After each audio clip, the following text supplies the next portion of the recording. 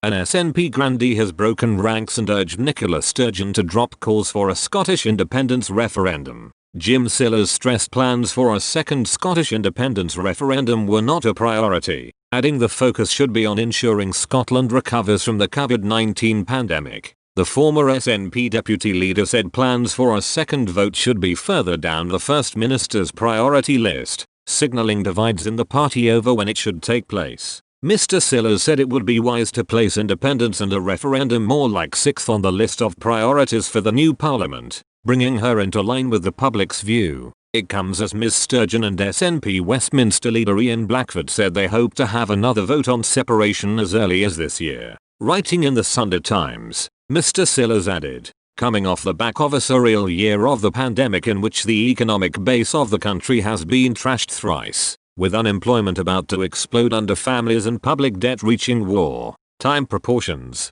we need a reordering of priorities as more people stare into the face of poverty, he said. Even if the SNP won a majority of seats in May's Holyrood's election, there would not be a second independence referendum in 2021 or 2022. The SNP grandee continued. Even if the SNP won a majority of seats, there would not be a binding independence referendum in 2021 or likely in 2022. Look at the timetable. Elections in May, while still struggling to contain the pandemic and get mass vaccination done. The damage to the economic base starting to become fully evident, with a claimant need for policies to assist in reconstruction. Our children's education still a problem, and a care home system demanding changes. There is enough there to justify Prime Minister Boris Johnson saying, "Not now, for God's sake," and getting nods of approval from the Scots, even if, hypocritically, in private. Pamela Nash,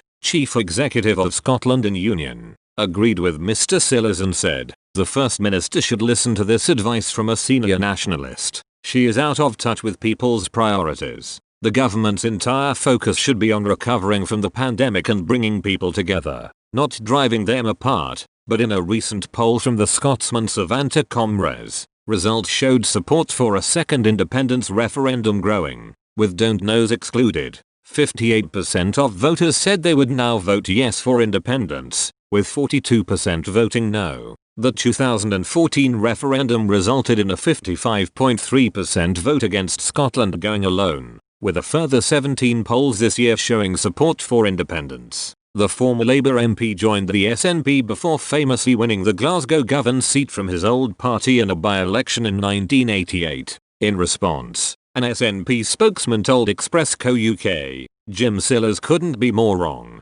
The reality is the case for independence has never been more vital or urgent, in the face of Scotland being dragged out of Europe against our will. That, and the way Scotland has been treated with contempt by the Tories, is why so many people now back independence and why it is becoming the settled will of the people.